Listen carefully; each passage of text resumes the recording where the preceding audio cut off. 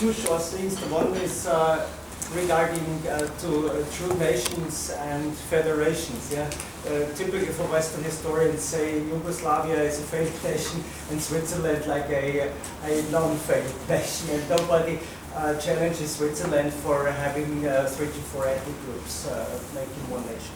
But secondly, I think if you have no past about the problems you three discussed, during the Austrian-Hungarian monarchy, especially since the 1848 upheaval and the Reichstag of Kremsia and otherwise, the monarchy tried to solve many of those problems together with the peoples of the Habsburg monarchy. And it went onwards and onwards, so I wouldn't repeat all the stories of the 19th century, but bringing it back to Saint-Germain, to Trianon, it is just ridiculous to believe that to solve problems which couldn't be solved in 70 years from 1848 on, in a few months in the outskirts of Paris. And just with creating new nation states, creating new borders, but also creating new problems and not solving the old problems. And this is what we are lacking. So we are not having a point after the First World War. There was a war and peace treaty, because there were many developments before the war in the region, in the south, east, Middle Europe and Southeast Europe too. So we have many things that wouldn't be solved before the war, during the war, and after the war. Very pessimistic. Yes, I had some question and a short remark to Dr. Topor, and I found your paper excellent, and I learned a lot from it. A question in connection with the question of Dr. Bethke regarding the German image in the interwar period. As far as I know, there was a very strong pro-German party before the First World War around Martino Mann and others. What happened to them after 1918 or furthermore on? And a short remark, you've mentioned a newspaper article from September 1914, which was about the advantages to be ethnically homogeneous country. As far as I know from the works of Konstantin Jordáky, there were several ethnic minority groups in Dobroja which belonged to Romania from religions. Okay, ethnic religions. Okay, I was just wondering if it was thematized in those years or not, or how the self-image of Romania was so this homogeneous national state in this directions. And there were some problems with the Jews who could be held as ethnic or religious minority groups. There were several Jews in Romania with several problems. Social problems. Yes, thank you so much for the remarks, for this question. Pro-German party before the war and after the war. Of course, it was in Romania conservative party, especially not only Martino Mann. Martino Mann was one of the most famous pro-German Romanian politicians before the war.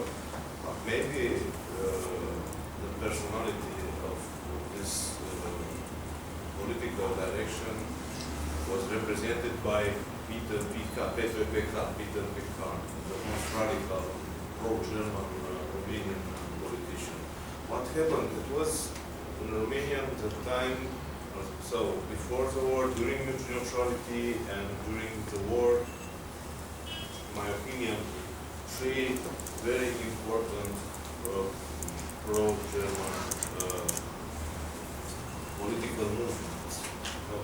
From all these movements connected with conservative party, the radical movement, and the name of Peter Picard, Lupu Kostaki, old Moldavian aristocrat and administrator general at the time of German occupation, Dimitrie Nenicescu, Alexandru Beldiman, the former Romanian ambassador minister in Berlin, belongs to this radical movement inner of conservative political party.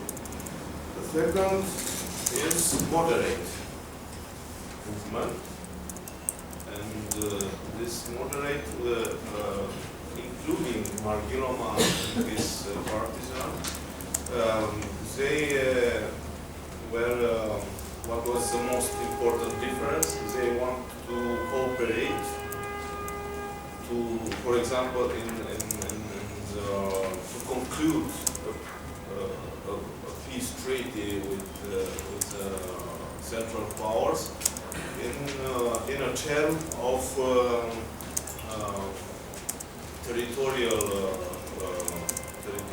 sacrifices. For example, Dobruja Harp was, on the opinion, Romanian wouldn't accept to lose his territory, only economical concession, only economical and political, not territorial losses. For example, Margiloma accepted this because he accepted, first of all, the change of Bessarabia with the losses of Dobruja that time.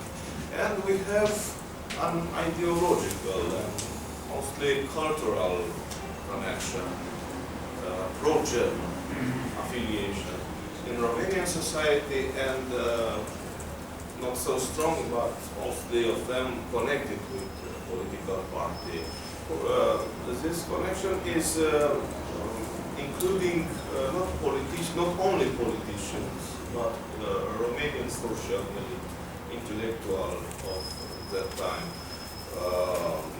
For example, Titu Mairescu, one of the most well-known politician, but cultural personality at that time, was a sympathisant of the Conservative Party and connected. What happened after the war? Most of them were judged by the liberal government for the treason, for collaborationism during the war with the Germans. Were judged, but not. They don't. Well, they don't. After the war, they don't needed to remain in jail. They were liberated from a general amnestia, gained from the government in June '99. But most of them remained for some months on the jail. For example, Lupu Kostaki. It is a famous jail near from Bucharest. Name is Văcărești. It's a monastery transformed into the jail. They stayed for some months. A special case was a journalist, the intellectual movement, pro-German intellectual movement. For example, Tudor Arcadi, for example, the Romanian writer Iván Slavic. Slavic has memories after the war, has written memories that time. Închisorile mele, mein eigenes Gefängnis. And he told about that time, about the process, about the judge, the royal military. It was a process induced by the Royal Military Court. Accusation was very, very important. High treason of national Romanian state interest. But finally, after 11 months for the journalists or intellectual, they were going to freedom, were liberated from the jail. So they have to suffer. They have so much to suffer, to lose after the war. It was impossible to reconcile. Some of them, for example, the colonel, it was a real truth, the Colonel Mihail Sturza, the son of the, well, one of the most important liberal Romanian politicians, the leader of the Liberal Party, Mihail Sturza. His son, it was colonel in the Romanian army, and and during the war, in the winter 16-17, he goes through the trenches on the German part. He couldn't return in Romania, only under the German occupation military regime. After the war, he couldn't return. Alexander Bertényi couldn't return in Romania. He remained in Germany and till the end of life. So they have more to lose after to lose in image, in position, social position, and this confrontation with the past, which produced really many images.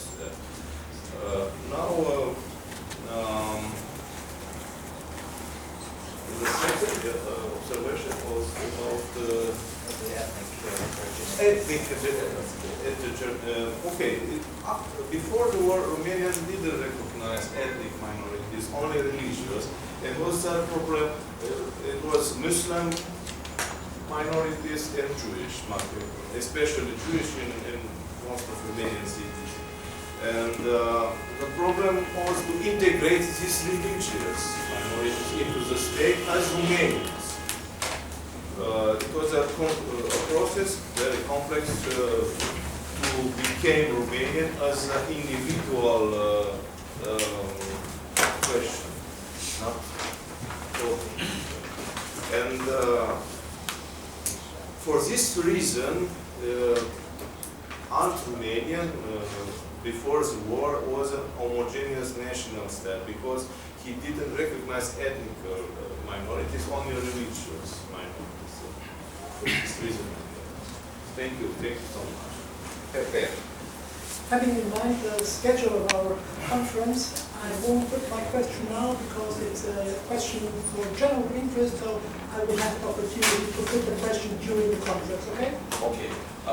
We are really a little bit behind the schedule, but if we break now, then we lose something like 15 minutes of discussion. If you're agreeable, we can make a break and go for a coffee. Okay. Thank you.